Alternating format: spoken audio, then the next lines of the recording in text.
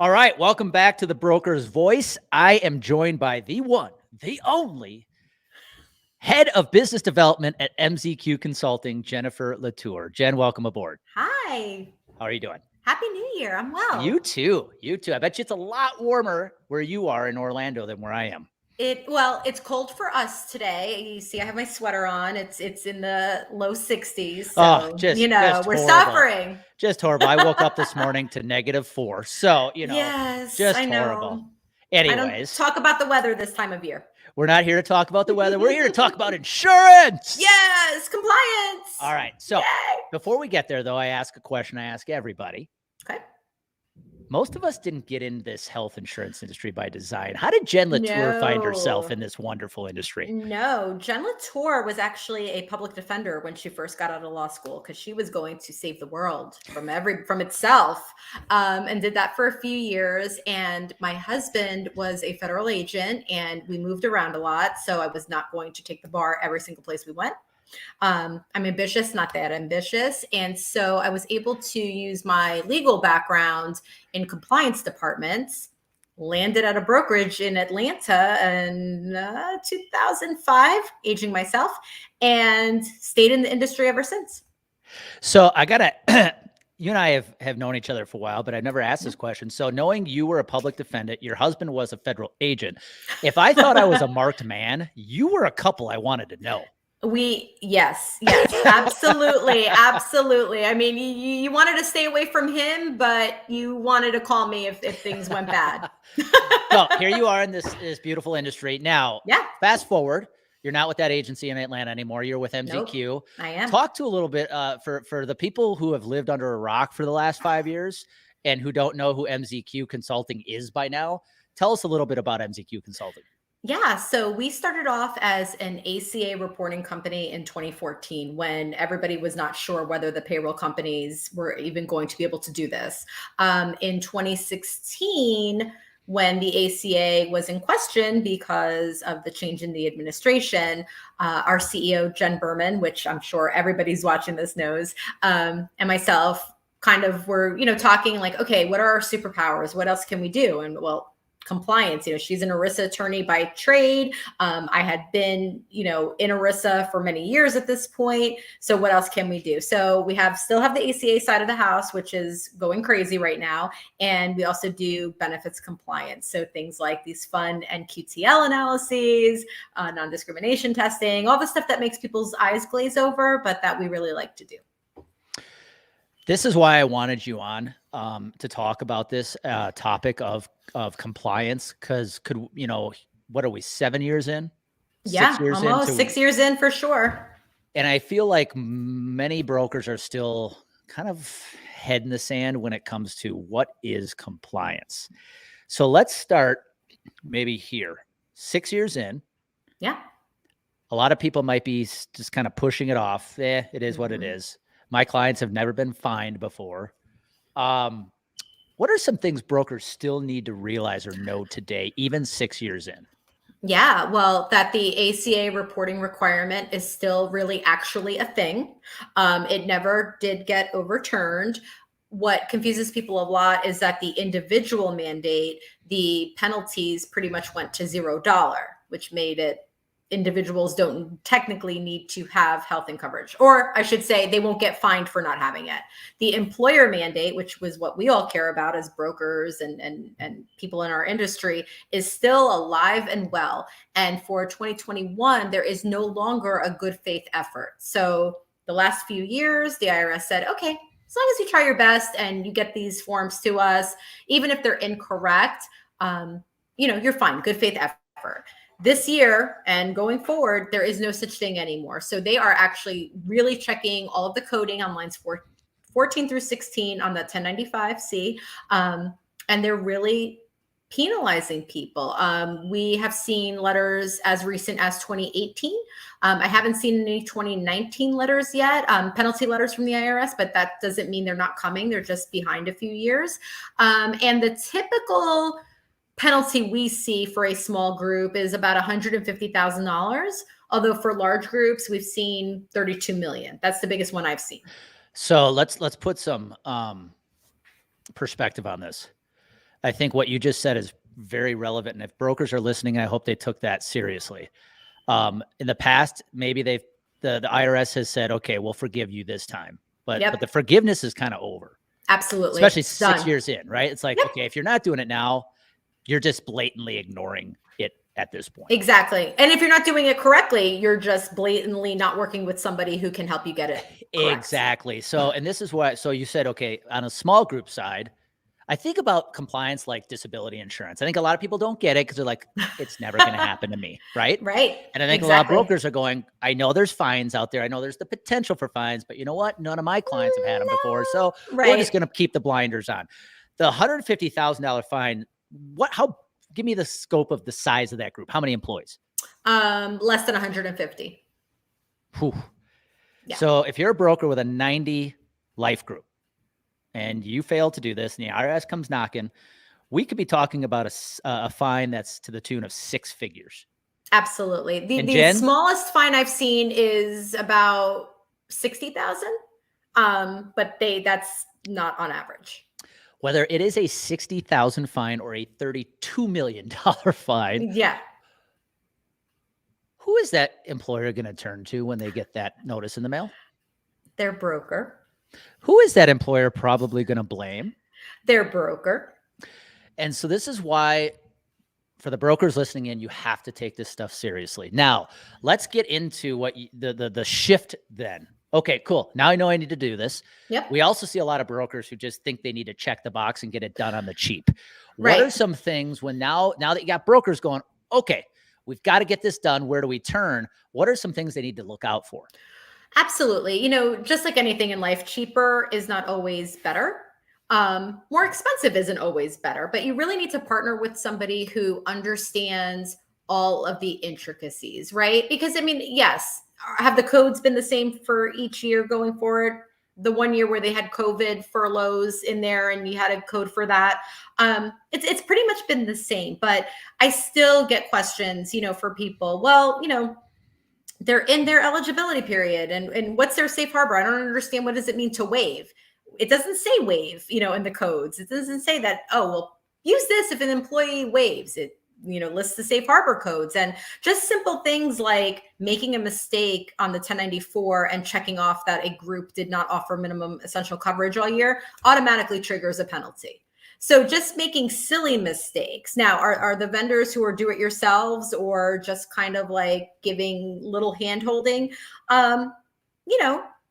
Again, are you going to want to put your client's hands, in the hands of somebody who's not going to care, not going to ask the questions, ask the probing questions, listening for, okay, well, you told me, that you had one entity. Now when we're talking, now you're telling me you have 2, but you don't think that's a control group. Why not? You need to have somebody who really is catching the conversations, really listening and really digging in to get the full story of what the organization is comprised of. Because that happens a lot. We see that. Well, and yet you've got there's a big difference, right? I know you're a little biased, but there's a big difference between, oh, we do compliance reporting for you as well versus that's all we do.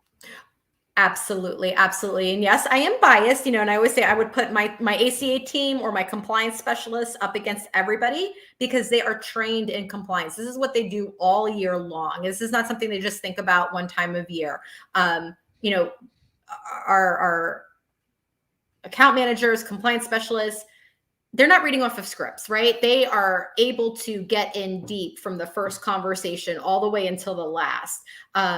Again, absolutely biased, but this is, not something, we're not a payroll company and, oh, we do compliance, or we're not this and, oh, we do compliance. This is literally what the 25 people in my office breathe, eat, do all year long. Well, and here's why it's important, Jen. I laugh because the broker world, as brokers, you compete for business and get frustrated when an employer goes with the cheapest option, right? Oh, that broker's only going to charge X, or they're going to take less commission. You're like, but we bring so much more value. We know we're not the cheapest, but look at all the things we can bring you. But then on the flip side, when they make decisions for their own clients, they buy the same way the prospects buy that frustrate them. Absolutely. And my point is, great, you may have saved a few $100s, but if that ultimately leads to the reporting not being done right, which could still end up with a 5, maybe 6-figure fine, what did you accomplish?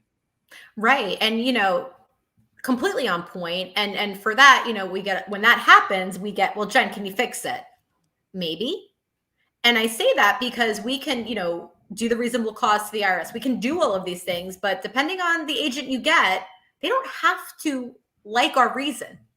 Yeah. Well, and Right. talk about this. I want to like shift the perspective for a Yeah. second, because I had a client who, when we engaged with them a few years back, their number one pain point was compliance, because every single year it was left to the human resource director, aka office manager, aka Yep. CEOO, to Chef. do the reporting herself. Yep. And I still remember sitting in her office and having her say to me, Andy, if I've got to do this one more year, I quit.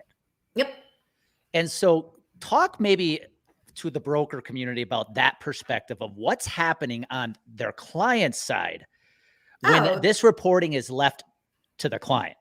they are totally overwhelmed, because again, this time of year, right? W-2s need to come out. Maybe 401k audits are starting. They have a lot on their plate already. And this is something that they do one time a year. They're not going to remember what they did last year.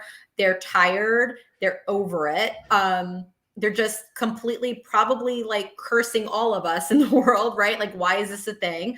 And it's not setting it up for a good year, right? If you're already aggravated now because you have to do your ACA reporting and, by the end of this month, you have to get your employee forms to them.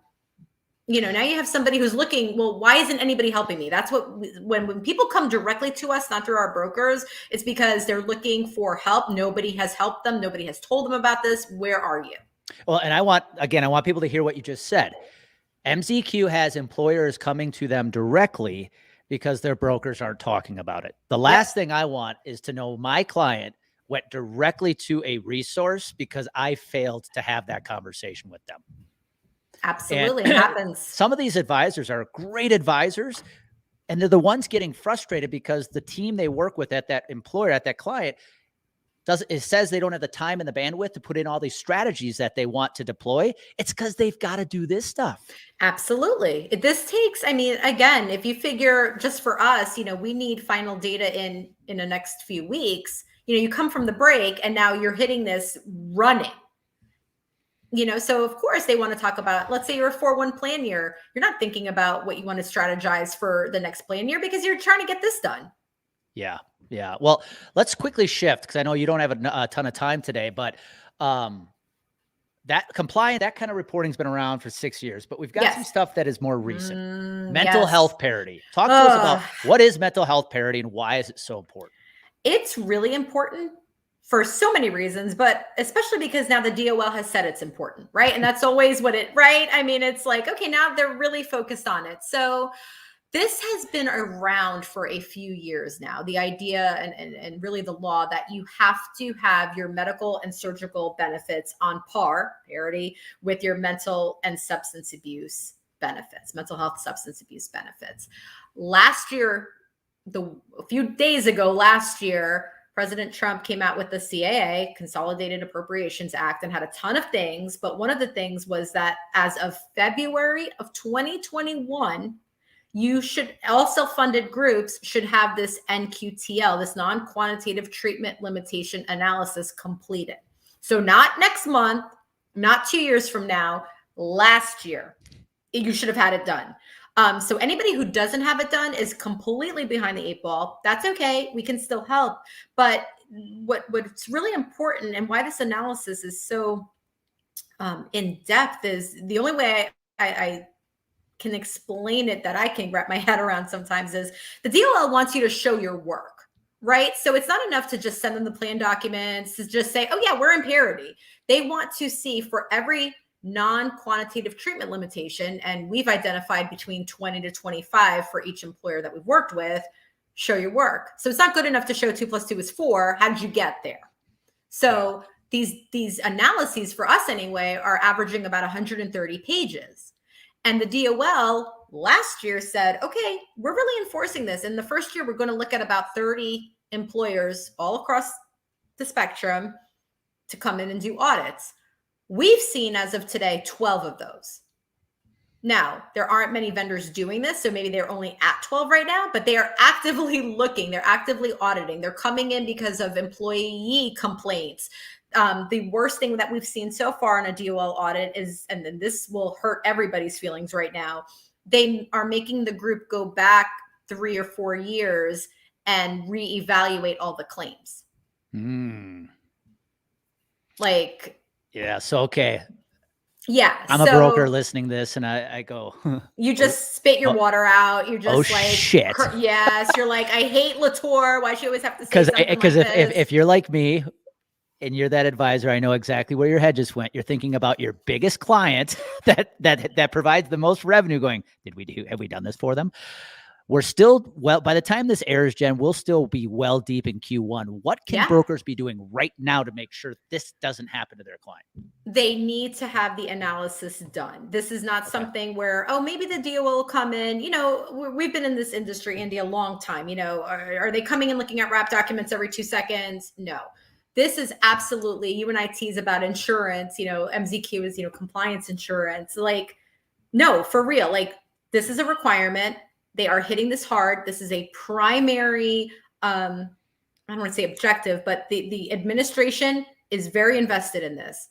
So now the DOL is very invested in this. So they're coming looking. So it's not a matter of if, it's a matter of when. And having this document at least ensures that when they come in, you at least can say, oh no, we've done it. Now, people ask me, is this going to be a yearly requirement? And we say yes, because the DOL does not want a stale document. So we can do one today, but if you don't come back to me in 3 years and they come in, are you still doing things the same? You know, this is definitely something that is going to be yearly and something that every self-funded group needs to do, not just over a certain size, every single one. Well, I like to refer to you guys as happy client insurance. If you want to go to bed at night knowing your clients are taken care of and there's no gaps covered, MZQ, the compliance piece, is one you have to cover. They're happy client insurance if you want to keep your clients happy. So last question, Jen. Yes. I'm a broker. I go, crap, I'm not sure if we're doing this or not, or I blatantly know we're not doing this. How can somebody reach out to MZQ most efficiently? Yeah, come through our website at engage@mzq.com. That will come right to my email and I will see it, or email me directly at Jen2, so the number 2, because we have 100 Jennifers at MZQ, at mzqconsulting.com. And I can at least educate, give you all of the knowledge as far as compliance wise, and hopefully, you know, set you up to help your clients. Because I know compliance is scary. I know if you don't know it, you don't want to talk about it, but I am here to help you talk about it. Well, Jen, thank you for jumping on. I know you're busy. Guys, I hope you took this seriously. I wanted Jen on because the IRS, the DOL, they're coming. They're going to be finding people. And the last thing I want for you is to have one of your most important clients be left out in the dark, because when they get that letter in the mail, guess what? They're not going to go, oh, shucks, our fault. They're going to point the finger at you. So don't be left out in the dark. Don't lose a very, very good client because of a small gap you missed, or I should say a huge gap you chose to overlook. So Jen, thank you. Thank you. Happy for everybody New else, Year. you too, for everybody else listening in. Hey, Jen just gave you a lot of clarity around compliance, and we know clarity and confidence collide, action happens. So take that action, help ensure your clients are meeting their compliance requirements. Take care. Thank you.